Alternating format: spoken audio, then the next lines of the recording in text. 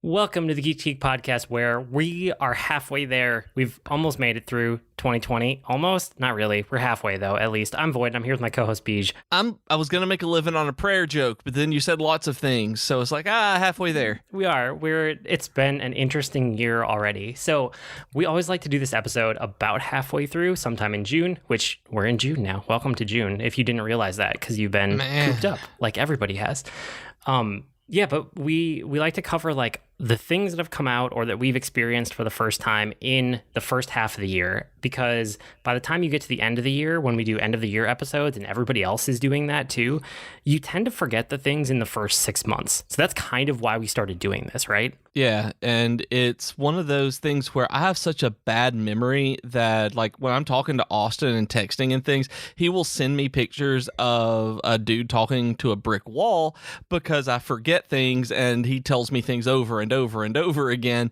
And so, like, I have to look back at all of the notes just to remember what was going on, because even things that I truly loved are already out of my head because my memory is such garbage. Well, and it's just that like so many things come out in any given year that it's really helpful to have this midway point to stop. And, you know, we normally don't rate anything. Like, we can if we want to, but this is kind of a lighter episode than our end of the year, where we just talk about what we've liked so far, and we kind of hit on a couple things in a bunch of categories, and then maybe pick one or two or three to talk a little bit more in depth about. And this is almost like our touch point for when we do our end of the year episode, because then we only have to look through half a year of show notes plus this one.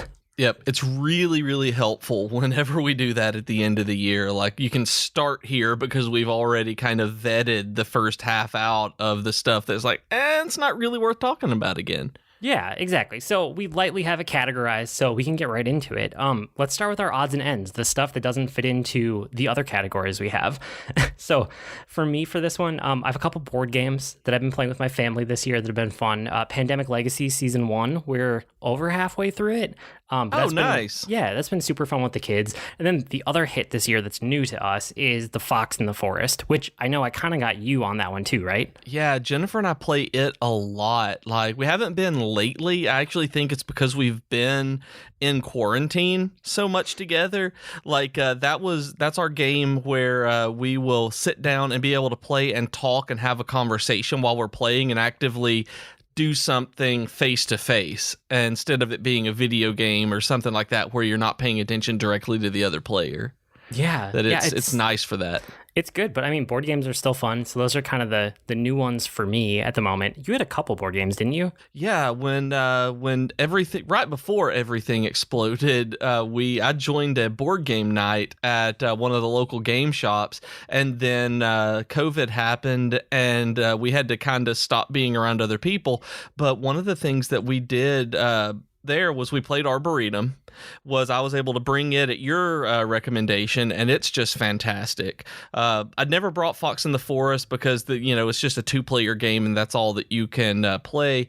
But we played Wingspan, which I didn't think was going to be nearly as fun as it was, because it's like a bird-based board game, whereas one of those Euro games, engine games, where it's based on birds and has really pretty artwork. And then Splendor is also a fun one where you're buying gems and you get the cards for the gems. It's hard for me to explain because I don't know enough about board games to actually call the mechanics what they are, but you're basically building the Euro game engine by collecting cards that give you a discount on the stuff that you're able to buy later on, and basically it's nobles watching you and seeing how well you do business. Like, it's a really, really good one, and there's an iPhone app that I actually downloaded because one of my friends that I made there was so good at it that one of the other guys had to download the iPhone app to beat her. And so I was like, wow, I want to play this game. And so I went and got the iPhone app before I even played the board game, because I was like, if it's that good and they do that, I want to play it. Yeah, no, I've played all of those except Wingspan, and I've heard good things about Wingspan. So those are all like great recommendations from everything that I know. Outside of board games, other odds and ends that don't really fit as cleanly into categories, Xbox Games Pass, I have to mention that just because, like, I've been experimenting with it since right after we did the end of the year episode last year, and it's been really, I think it's been good overall. Like it's been mixed with the amount of games there are, but as a value proposition, as something that has so much potential for the future, and especially looking at the next console generation, Xbox Game Pass is just so interesting as a concept. So that one definitely gets a shout out for me. So I was going to ask about Game Pass that I hadn't even looked it up, but I figure that you know the difference here. Austin and I were talking about it this last week when we were talking about the upcoming consoles. And with Game Pass, you download the game to your machine, to your PC, and you play it just like it were any other digital game that you get. We were talking about PS Now, where it talks about streaming your games, because that's a service that nobody really talks about that much, that PS Now is just kind of there. Is it because you don't actually download games for it? Because I've never tried PS Now. Is it an actual streaming game thing where you don't have to? Oh, gross. Yeah, exactly. That's why nobody talks about it. It's like Stadia. It like you stream it. Oh, okay. Yeah. That's why then, because that's gross. No, PlayStation feels like it's in desperate need of something to compete with Game Pass, so we'll see once they announce the PS5, which is supposed to happen more formally this week. We'll see if anything comes up around their services, because it feels like that's what Xbox is really pushing on, and it's something that PlayStation now looks like they're missing because Xbox has pushed so far ahead with it. So it's just an interesting thing that I know it existed before this year, but I've been playing around with it this year. And then outside of that, a couple games that don't really they don't qualify for our games of the year category because I experienced them first in past years. But Fire Emblem Three Houses, I'm still picking away at the other paths. Like I've finished 2 of them now. I have 2 left that at some point I'll get around to. I still love that game. Fire Emblem Three Houses is amazing. And then Hitman 2, I know I've talked about it like off and on throughout our episodes, but revisiting Hitman 2 and then going back to the Legacy Pack, which has all the Hitman 1 levels in it, and then I'm going to dive into the DLC soon, which that maybe will qualify because I haven't actually touched the DLC in past years. But all of that, like Hitman 2 would definitely be on my games of the year list, but I've talked about it in other years. It was my game of the year a different year, so it doesn't really qualify there. Yeah, that one, I'm glad to hear that there is part of Hitman that you're let me see how to phrase this. I'm glad that there's part of Hitman that you're able to actually continually enjoy and experience something new about, because that's not often that any of us find a game that we love as much as you love Hitman and can constantly have something new to go back to. Like, I think it's really neat that that's one that you will probably have something to include in games of the year, even though it didn't come out this year, that as much as you've played it is still brand new content for you. And it's not like an MMO or anything like that. Yeah, and I don't often have a forever game, and I don't think this is a forever game, but this is a game that I'm putting so many hours into compared to what I normally do that it definitely warrants a mention, right?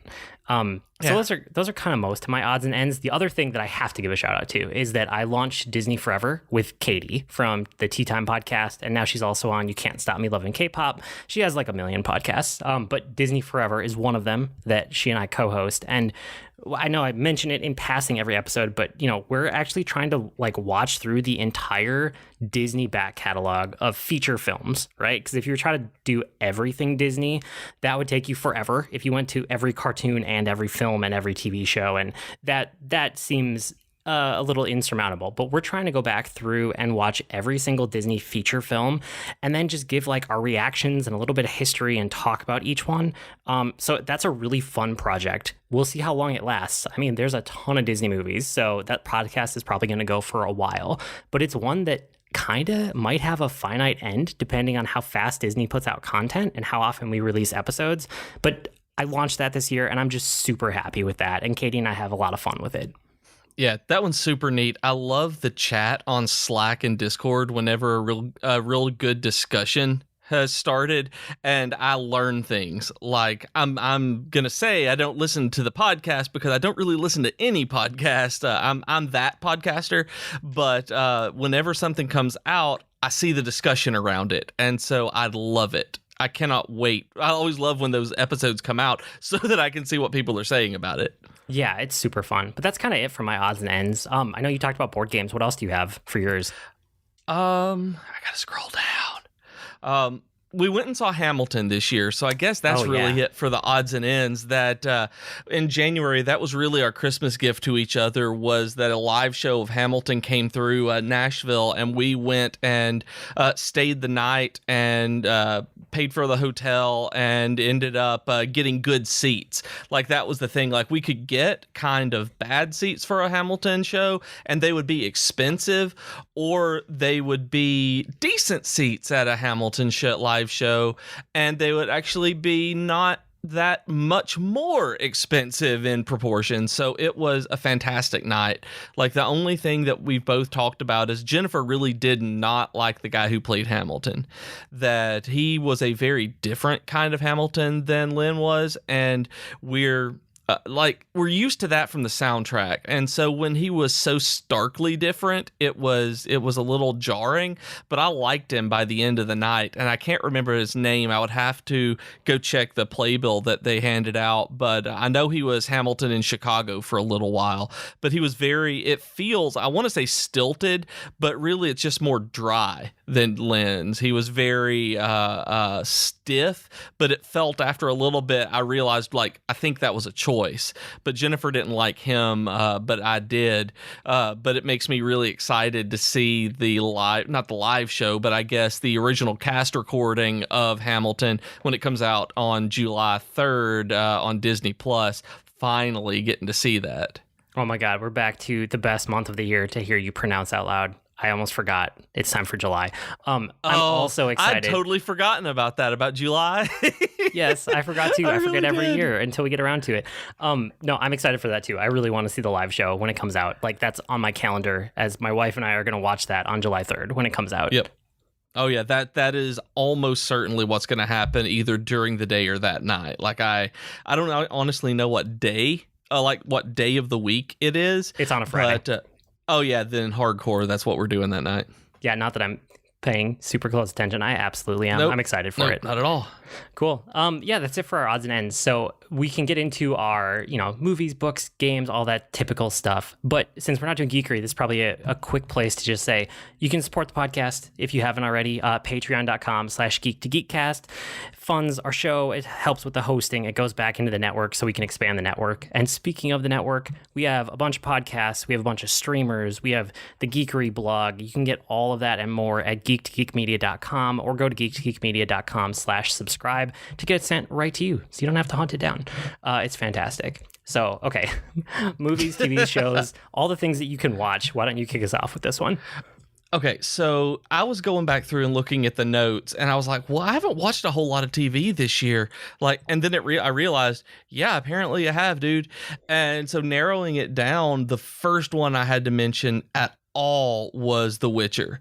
That I fell super hard into The Witcher whenever I started watching it, because I was stuck in an airport all weekend. Like, of the 3 days where I'd flown to Phoenix for a word camp, I was in the airport for 31 of them, and it was just horrible. But The Witcher got me through it. Like, when I realized that I could download stuff onto my phone and really pass the time by watching it, I wanted to figure out what it was about, because I honestly had no clue, like I said in the episode we did on it, other than Henry Cavill has white hair and fights monsters. So I loved it. Like, it is such a good show, and I cannot get my wife to watch it. Okay. Why not? Like, it's one of those things. It's like she's never in the mood for it, like, because it looks so much like in tone to Game of Thrones that she doesn't want anything that serious, and it just doesn't really appeal to her. And I'm just like, no, but it's so good. And like, it is, I'm really wanting to do a rewatch of that season sometime, because it is one of the best TV shows I've seen in a very, very, very long time. Huh. Yeah, I mean, it's on my list too for this section. It's not one that, I don't know if it'll make like my end of the year list, but I was slow to warm to it. But by the end of the season, I was invested and I liked it a lot. And I'm excited to see what season 2 looks like. Like, at this point, I'm excited for season 2. But I think season 1 was a really slow wasn't even a slow burn for me. It just took me a long time to like warm up to it. And I think that came through in the episode that we did about it, like where I was sitting with it and how I was feeling. But it's definitely a good show. I'm glad that I watched it. Yeah, and so that one was awesome. I know that you've listed it, and I actually forgot that I had watched it this year. Like, that was one of the things, like, you listed Watchmen under yours, the HBO show. Yep. And I forgot that was this year that it watched it, because everything's been such a blur. And right now, I've really thought about going back and rewatching it, just because of all of the political stuff that's going on in the world, because it's so based in what is actually going on outside right now, with looking back historically at like race relations and violence and things like that. It's really interesting that I've been like thinking about Watchmen as I see things on the news, and I'm like, man, I really should go watch that. And then the other night, or the other day, Jennifer and I were actually driving up to pick up Austin and Grace, because they had come up to Tennessee and Alabama because of a family emergency, and we were actually going to pick them up because they stayed with us, and we were just talking about the news, and Jennifer just like, yeah, man, we sure could use a giant squid right about now.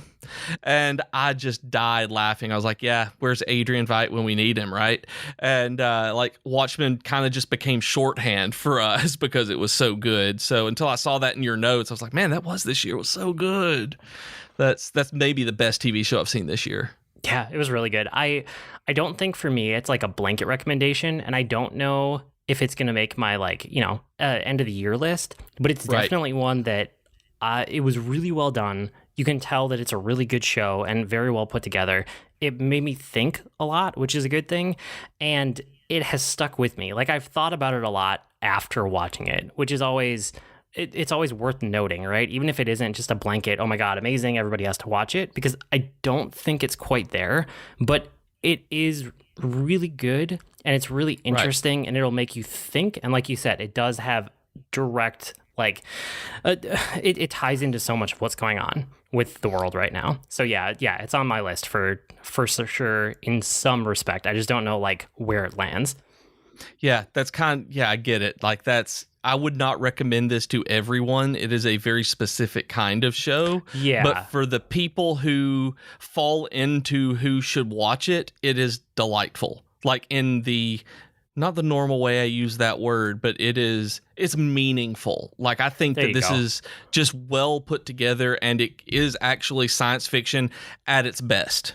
Like, it does what science fiction is supposed to do. Yeah, that's a good way of saying it.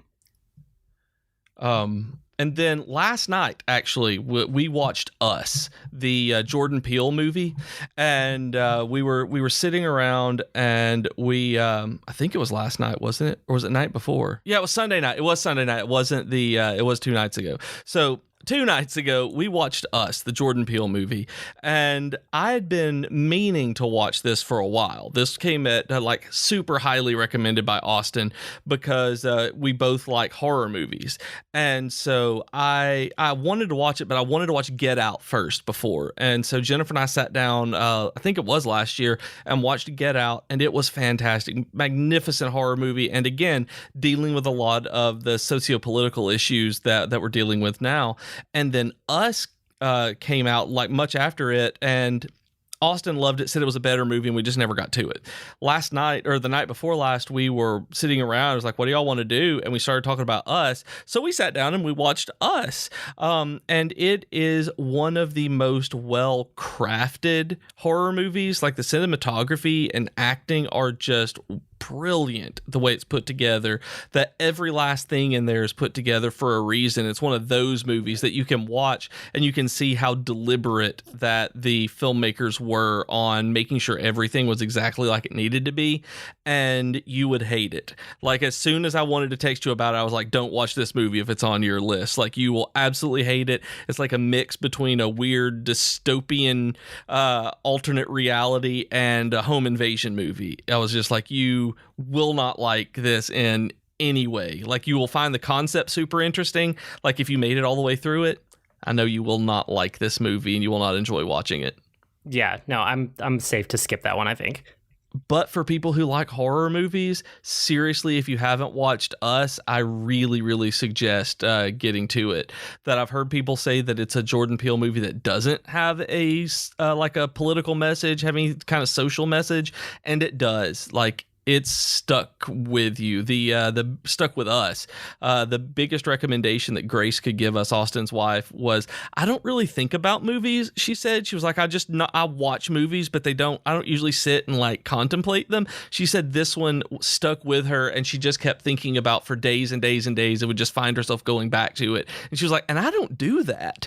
And I was like, let's watch that then, because that sounds awesome. And it's exactly like that. Just very quickly, Altered Carbon Season 2 came out. It was fantastic. I love cyberpunk. That's one of my favorite series of books. So I absolutely had to recommend Altered Carbon Season 2 when it came out. And then at the same time it came out, I read the novel to go along with it, like side by side. And like that was a really interesting way to experience the TV show, because you saw, I'd never done that before, to see how they paired up with the adaptation, and it was just a really, really good adaptation. And then the Unbreakable Kimmy Schmidt finally released the absolute finale of it. The last season of the show wasn't that great and kind of left it in a weird place. The movie is an interactive movie where you kind of choose your own path through it, and it's hilarious. It's great. And if y'all have not watched it and you're a fan of Unbreakable Kimmy Schmidt, you absolutely should, because it's the ending the show deserves. Cool. Yeah, I mean, I think for me, movies and TVs and stuff, Watchmen and The Witcher, like we mentioned, I don't think either will make the cut at the end of the year for me, but they were both good in different ways, and I'm really glad I watched them. The other one that's just awesome and fantastic, and I want to talk about it a lot, is Disney Gallery, The Mandalorian, but I'm going to wait until you watch it, because I'd really like to do an episode about that. I know we were talking about that actually the other night, that we've got to get on to watching that Jennifer and I both really want to see it. I am pretty sure that what they have done with this is going to revolutionize film and TV making going forward. And this is coming from me because I have a production background, and looking at what they did, I was blown away by how they stitched things together. The technology and it's a whole, okay, I have a whole episode worth to talk about, so I'm gonna just pause on that until you watch it, because I have so many thoughts, and it's amazing what they were able to do. But anyway, if you guys have watched The Mandalorian but you haven't watched the Disney Gallery The Mandalorian, it's basically a behind the scenes series, episode by episode, where they dive into different aspects of it, and it's really, really good. It's amazing. The other ones that stuck out to me were I found a new YouTube channel that was like right at the end of the year, but it was after we recorded our end of the year episode. It's called Corridor Crew, and I don't like everything on the channel, but there's one specific series they do that's called VFX Artists React to Bad and Great CG, and it's just fantastic. I've watched literally every single one of them, and I've loved every one, because it gets into that behind the scenes production stuff, and it's these guys who are visual effects artists, and they're professionals at it, and it's them analyzing CG and why it's working or why it's not working or what they would do differently, or it's just so fascinating to like hear them pick stuff apart like that. And it's not mean-spirited, right? You can do picking stuff apart and just tear it down. It's not that. It's like they talk about it because they love it so much, and it's coming from that kind of place where it's a positive like energy to the show, and I appreciate that a lot. That makes a big difference in what I want to watch. One of the reasons I don't usually like reaction videos is because it's people reacting and then usually getting angry or something, or knocking it in some way. And I'm like, I don't want to watch that. Like, I don't want that kind of negativity. And then I'll find things like a lot of them are like, doctor reacts to surgery scenes in TV and film, and I'm like, I'm going to watch that because I know that those particular channels will put together like informative and entertaining videos. So something like this sounds right up my alley. I'm actually going to subscribe to Corridor Crew right now. Yeah, it's amazing. So that specific series within that channel is really, really good. And then the other thing that I know I've talked about kind of to death already in past episodes was the Clone Wars finale. And it was the last story arc specifically. So it's not even the whole season 7, even though season 7 was fine overall. The first couple arcs were just more Clone Wars. But the last 4 episodes, the last 4 ever, basically. They make up the final story arc, and it is essentially a self-contained Star Wars movie. You need no prior knowledge going into that one. You can just walk into those last 4 episodes and you would be fine. You can just watch it like a movie back to back, and it's fantastic. Like, I want more people to watch it because it was so good. It's some of the best Star Wars that I've seen in years and years. I absolutely have to get to that. I haven't been in a Star Wars mood is really the only reason I haven't. So I'm really really excited to see it because you are not anywhere near the only person who has basically told me the exact same thing on it. Oh, it's so good. So good. Okay, let's flip over to books. What do you got for books?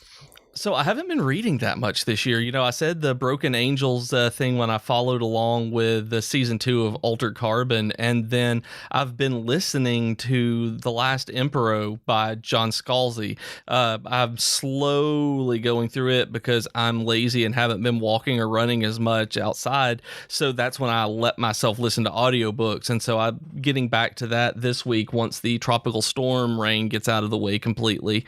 And then I've finally finished my very, very first manga book volume with the DQ Monsters, the Dragon Quest Monsters Plus Volume 1. That was my very first fully finished manga book. I had never done that before. I'd read individual chapters here and there, but never fully through. And so I was proud of myself. I finished one. Cool. Good job.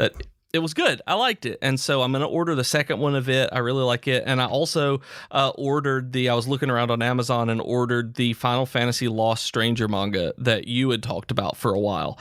And I'd actually remembered it a little bit differently. And I'm still very early on, so I still might be completely wrong with it.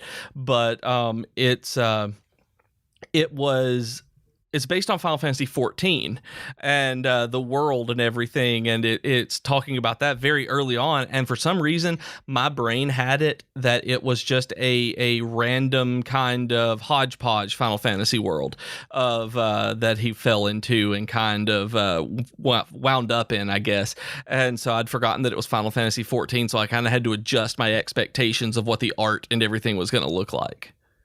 Yeah, that was good. I like that one. Very weird so far. Early on, I was like, I don't think I'm going to like this. I didn't like the way the writing was. And then once he got into the Final Fantasy world, it became a lot easier for me to get a handle on. So I do like it. I look forward to finishing that one too. Because it's cool. When you finished it, have you finished all of it? Is it a complete series now, or is it still ongoing? No, it's not complete, but there's definitely a first arc that's complete that'll give you a feel for the overall story. Okay, cool. Yeah, I look forward to it because I've been chipping away at it day by day instead of sitting down and just reading it for an hour or two. But it's really nice. I like it so far. Cool. I have more than enough books to make up for your lack this year, just because I overcompensated because I barely read it all last year, and I felt really bad about that. I think in Goodreads, where I'm tracking it, I now am over 100 books for the year that I've either read or I read enough of that I marked it as finished because I'm never going to actually go back and read it. So, out of books that I've actually finished, start to finish, I'm probably getting close to 50-ish, which is a lot for me in 1 year. And I mean, half year, So some of the standout ones, and I'm not going to linger on any one of them because there's so many, but Dan Carlin, The End is Always Near. That's the one where I talked about it's all the ways that civilization can come to an end. And one of the chapters in there is about pandemics. It came out before any of this happened. So it's kind of, oh man, I'm tempted to go back and just read that chapter and be like, ooh, what did he say before we knew any of this that we know now? So with that in particular, did you listen to it or read it? I listened to it. Most of these I listened to, or I had a combination of listening and reading. Okay, that's what I was actually curious about because it being nonfiction, I could see it being something really cool to listen to. But sometimes you can get certain books where it's when it's really broken up like that, where it's all these different ways, it can feel very disjointed when you're listening to an audiobook like that. And it's better to pick it up and put it back down physically. So I was just curious. No, it was really good. So yeah, Dan Carlin, The End is Always Near. There's a book called The Fold, which I know I've talked about before, but it's kind of near future sci-fi with alternate realities, and they think that they're just learning how to teleport between point A and point B, but really they're moving between realities, and it's everything that like flows out of that premise, which is fun. Giant Days, which is a comic series that I read a bunch of volumes of, all of the ones that were available as part of that like trial that I did with Comixology Unlimited. But that's just this slice of life of like Canadian college girls, and I didn't think it would grab me as much as it did, but it was super compelling once I got into it. The Calculating Stars, which is the first book in the Lady Astronaut series. It's actually called that, the Lady Astronaut series. And it's this alternate history 1950s space program after a meteor impact happens, and it kind of changes the world, and it reprioritizes space travel in a way that didn't happen in real life. So it's everything that happens after that, essentially. And then Dooku Lost, it was this full cast audio, like quote unquote book, but it's a lot more than that. It's this really good production quality audio drama that was produced for audio first instead of written as a book first. And it shows. Like it's truly an audio drama produced to be listened to. So that was a fantastic one to grab through Audible. So those are kind of my quick hit ones in here. Yeah, that one I'd forgotten was produced for audio first. Like for some reason in my head when I saw it on your list, I was like, oh yeah, that Dooku book. And then it was like, no, that was when I saw this stuff, it was like, no, that one was all audio. Like that's saying a lot because of Star Wars putting out such high quality normal audiobook productions too. Right. Yeah. This is, I think, one of their first ones that they actually intended it to be audio first and a book secondary. So it was interesting, but it's so high quality in its production values that it was fantastic. And then a couple that I wanted to highlight that might actually like make my end of the year lists. The one is This Is How You Lose the Time War. And it's these like future time agents on opposite sides of a time war. And it's an audiobook, and I loved listening to it, but this is the one that I mentioned to you where I don't think I could ever actually read this as an actual like book and reading the words. It's like you almost need to let the prose wash over you.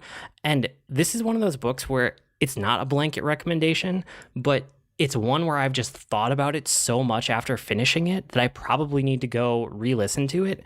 But at the very least, it's something different, right? It's something new and different that's taken up a lot of my mental like space and energy after reading it. So it gets a shout out here. Yeah, I mean, that one sounds so cool. Like just the way you've always described it basically makes me think of the audiobooks that I love the most, the way that it's put together. Yeah, it was cool.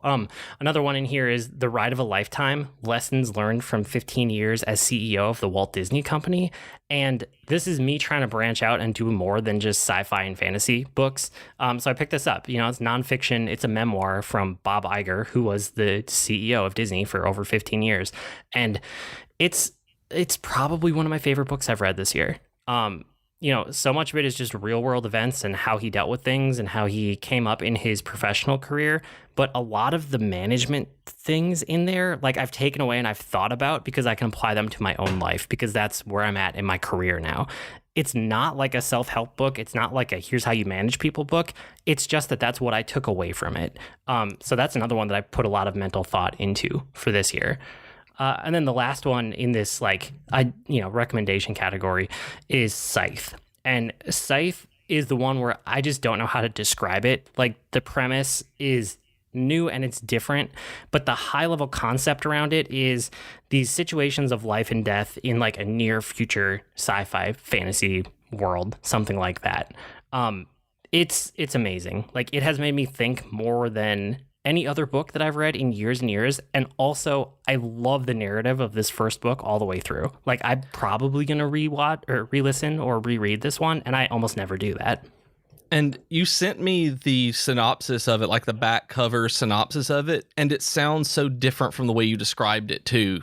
Like, the way that it's put together is just, I think it really is one of those books that I'm going to have to read to really wrap my head around.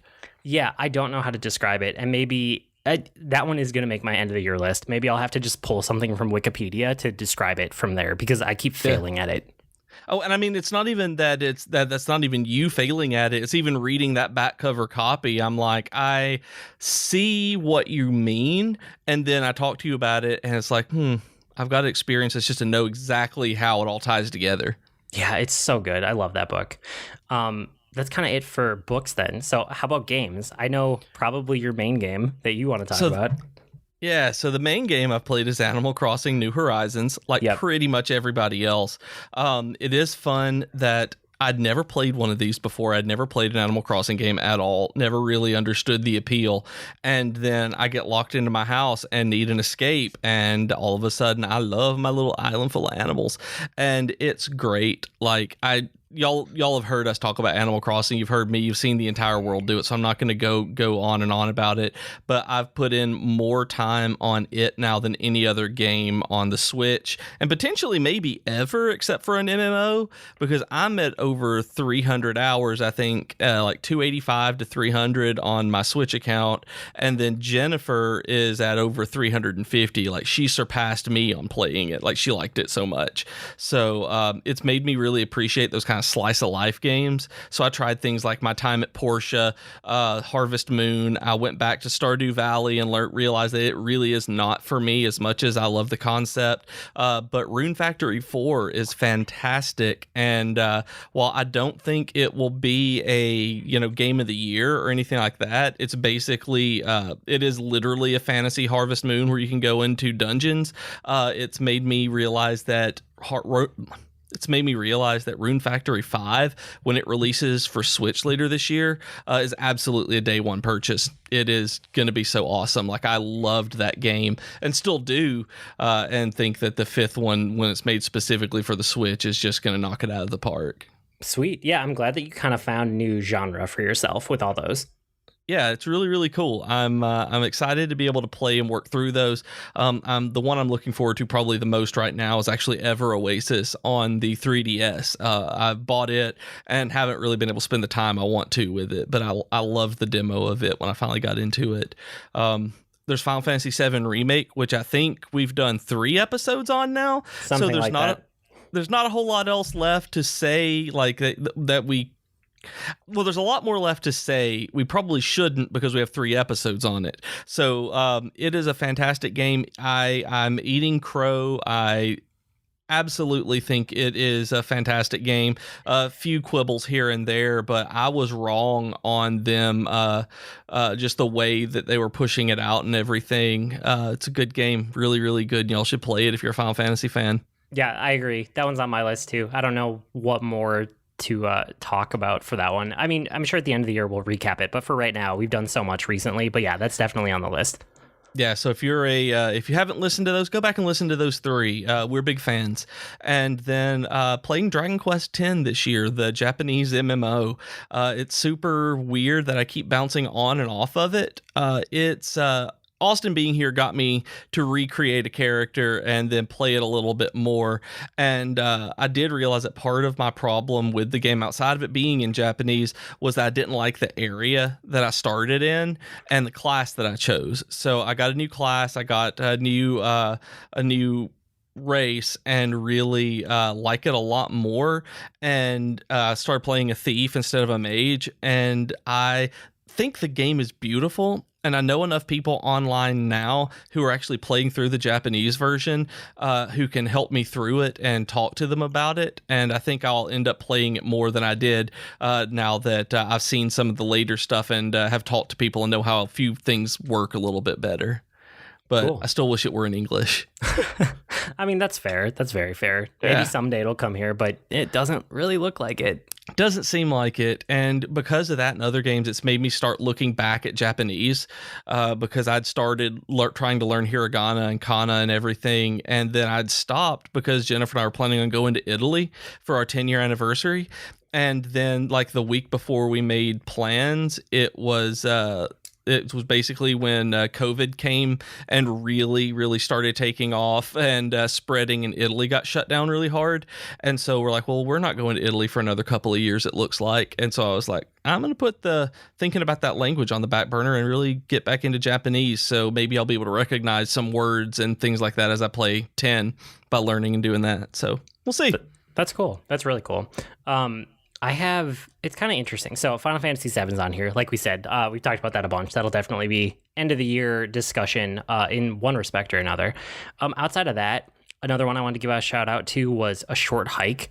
If you have like $5 and 2 hours and you just want a lovely game start to finish, go buy A Short Hike. Last time I checked, it's on Steam, and it might be on, I don't know, Epic Game Store or Itch.io, or I don't think it's on any consoles. I think it's PC only. But I loved that game. It was just this short little perfect 2 hours that I spent with it, and that's all that it was, start to finish.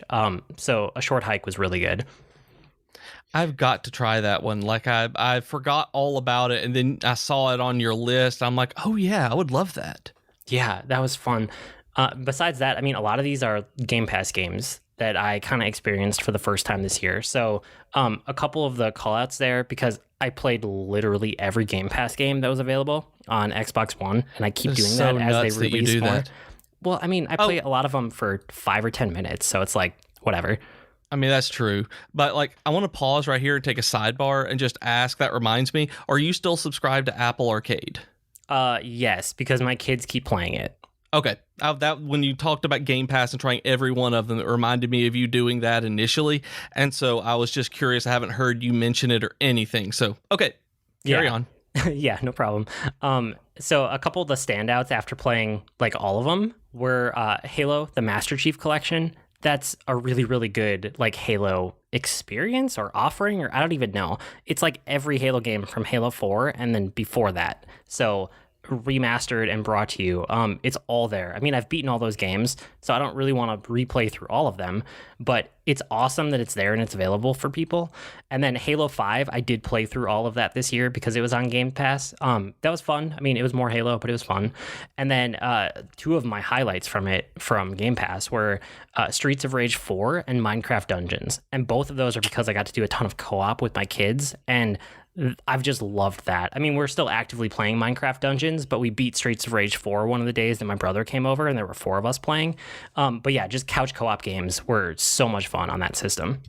I'm actually surprised you're still playing Minecraft Dungeons. I'm not sure why, but I expected that one to be one you quickly fell off of based on some of the other stuff I've read from people playing it. Well, I don't play it alone. I play it with them, right? True. So it's like we will sit down and play 1 or 2 levels together, and then we won't play it for a couple days. So it's not one that we're like diving deep into 8 hours a day every day or anything. Yeah. It's like 2 hours every couple days, and that's how we're playing it. Okay, I can see that. Yeah, so it's really fun for that, just to play with the kids. And then the surprise one on Game Pass that might make my end of the year list, which is crazy to think about, is Crackdown 3. Because I don't know, it just scratched the right itch for me for an open world. I always think about them as map games now. We said that once in an episode, and it just like stuck in my brain. But the kind of games where you can open the overworld map and there's just a bajillion things to do, and you can just zone out and do them one after another and just pick away at them. And it's not never ending, but it would take you hours and hours and hours to do. And that's kind of what I did. I didn't 100% it. I didn't get the, Xbox equivalent of a platinum on it, but I put lots of hours into it, just listening to podcasts and listening to audiobooks and just kind of zoning out and enjoying picking away at the map on the world and just doing thing after thing. It clicked for me, and I'm super surprised because I think that game is like 3 years old at this point, maybe older than that. But I enjoyed my time with it a lot. So that was my biggest like Game Pass surprise. Yeah, I had completely forgotten about that game, actually.